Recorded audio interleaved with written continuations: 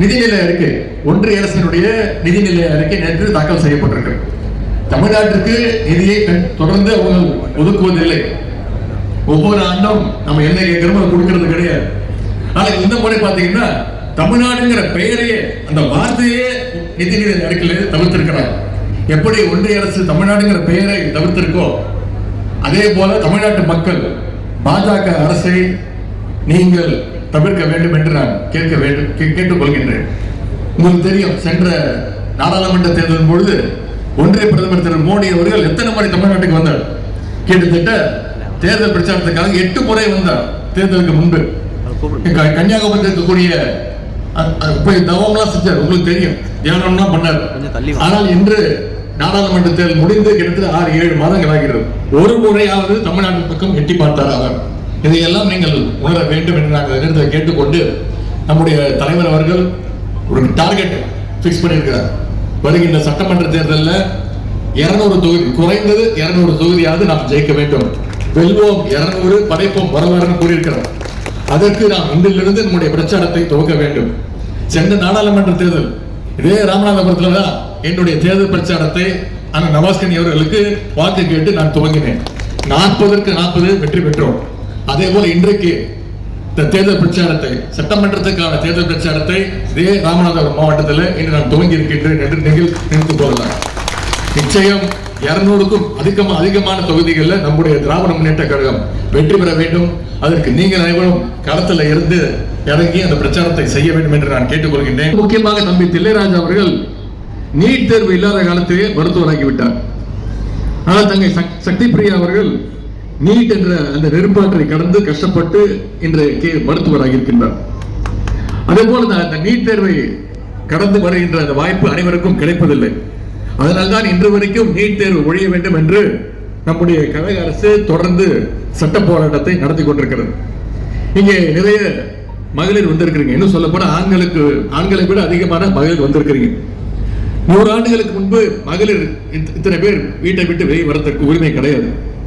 இதற்கெல்லாம் போராடி உங்களுக்கான அந்த உரிமையை பெற்றுக் கொடுத்ததுதான் நம்முடைய தந்தை பெரியார் அவர்கள், நம்முடைய திராவிட இயக்கம். பெண் உரிமை, பெண் விடுதலைக்காக அந்த பெரியார் கொடுத்த குரல் தான் பெண்களுடைய அடிமை சங்கிலி உழைத்தெறிந்தது. அவரால் தான் பலன் பெற்ற கோடான கோடி மக்களுடைய உள்ளங்களிலும் இங்கே திரண்டிருக்கக்கூடிய மகளிருடைய மகிழ்ச்சியிலும் பெரியார் என்றென்றைக்கும் வாழ்ந்து கொண்டிருப்பார். பெரியாருடைய சிந்தனைகளை, பிறகு அண்ணாவுடைய கனவுகளை முத்தமிழ் கலைஞர் அவர்கள் தான் சட்டங்களாக மாற்றி காட்டினார்கள். அவருடைய வழியில நம்முடைய முதலமைச்சர் அவர்கள் தமிழ்நாட்டுடைய மகளிருக்கு ஏற்றத்திற்காக பல்வேறு திட்டங்களை செயல்படுத்திக் கொண்டிருக்கிறார். உதாரணத்திற்கு கழகம் ஆட்சியேற்ற பின்பு நம்முடைய முதலமைச்சர் அவர்கள் இட்ட முதல் கையெழுத்து பெண்களுக்கான கையெழுத்து. அதுதான் மகளிருக்கான இந்த கட்டணமில்லா பேருந்து திட்ட வசதி. இதுவரை கிட்டத்தட்ட 600 கோடி பயணங்களை பெண்கள் மேற்கொண்டிருக்கிறாங்க. ஒவ்வொரு மகளிரும் இந்த திட்டத்தின் மூலம், இந்த கட்டணமில்லா பேருந்து திட்டத்தின் மூலம் மாதம் 1000 ரூபாய் வரை சேமிக்கின்றாங்க. அதே போல புதுவை பெண் அப்படின்ற திட்டம், பெண்கள் படிக்க வேண்டும், வீட்டை விட்டு வெளில வரணும், படிக்கணும், பள்ளிக்கல்வி மட்டும் முக்கியமல்ல, உயர்கல்வி படிக்கணும், காலேஜ் படிக்கணும் அப்படின்னு அரசு பள்ளியில படித்த மாணவிகள் உயர்கல்வியில் சேர்ந்து படிச்சா அவங்களுக்கு புதுவை பெண் அப்படின்ற திட்டத்துக்கு மாதம் 1000 ரூபாய் கல்வி ஊக்கத்தொகை வழங்கப்படுகின்றது. இது மூலம் கிட்டத்தட்ட 4.5 லட்சம் மாணவிகள் பயன்பெற்று இருக்கிறாங்க. அதே போல தமிழ் புதல்வன் திட்டம், மாணவிகள் மட்டுமல்ல மாணவர்களும் படிக்கணும்னு அரசு பள்ளியில படிச்சு எந்த காலேஜில் போய் உயர்கல்வியில் சேர்ந்தாலும் அவங்களுக்கு மாதம் 1000 ரூபாய் கல்வி ஊக்கத்தொகை வழங்கப்படுகின்றது. அதே போல மகளிர் காலையில் எந்திரிச்சு வேலைக்கு போற பெற்றோர்கள் இருக்கிறாங்க. சீக்கிரம் வேலைக்கு போகும்போது குழந்தைங்களுக்கு காலை உணவு கொடுக்க மாட்டாங்க. பள்ளிக்கூடத்துக்கு போயிட்டு வந்து மத்தியானம் சாப்பிட்டுக்கலாம், நீ போயிட்டு வா அப்படின்னு அனுப்பிச்சுடுவாங்க.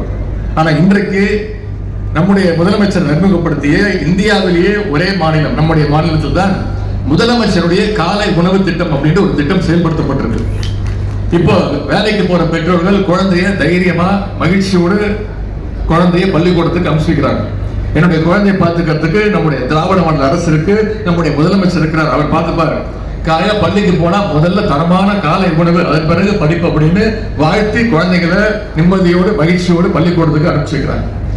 1ஆம் வகுப்பிலிருந்து 5ஆம் வகுப்பு வரை படிக்கக்கூடிய அனைத்து குழந்தைகளுக்கும் காலையில பள்ளிக்கு போனா முதல்ல தரமான உணவு. ஒரு நாளும் கிட்டத்தட்ட 20 லட்சம் குழந்தைகள் இந்த திட்டத்தின் மூலம் பயன்பெற்றுட்டு வராங்க. இன்னொரு திட்டம், இந்திய ஒன்றியமே திரும்பி பார்க்கின்ற வகையில் ஒரு திட்டம், அதுதான் கலைஞர் மகளிர் உரிமை தொகை திட்டம். கிட்டத்தட்ட 1,16,00,000 மகளிருக்கு மாதம் 1000 ரூபாய் கலைஞர் மகளிர் உரிமை தொகை வழங்கப்படுகின்றது. எனக்கு புரிகிறது, இன்னும் கூடுதலான மகளிருக்கு நீங்கள் மகளிர் உரிமை தொகை தர வேண்டும் என்று நீங்கள் எல்லாம் நினைப்பது என்னுடைய காதுகளுக்கு கேட்கின்றது. சட்டப்பேரவையில் அதற்கான அறிவிப்பையும் நாங்கள் வெளியிட்டிருக்கின்றோம். அடுத்த 3 மாதங்கள்ல நிச்சயம் தகுதியுள்ள அனைத்து மகளிருக்கும், தமிழ்நாட்டில் உள்ள அனைத்து தகுதியுள்ள மகளிருக்கும் மாதம் 1000 ரூபாய் மகளிர் உரிமை தொகை வழங்கப்படும் என்பதையும் இந்த நேரத்தில் என்னுடைய வாக்குறுதியாக நான் தர விரும்புகின்றேன். செய்திகளை உடனுக்குடன் தெரிந்து கொள்ள உடனே சப்ஸ்கிரைப் பண்ணுங்க.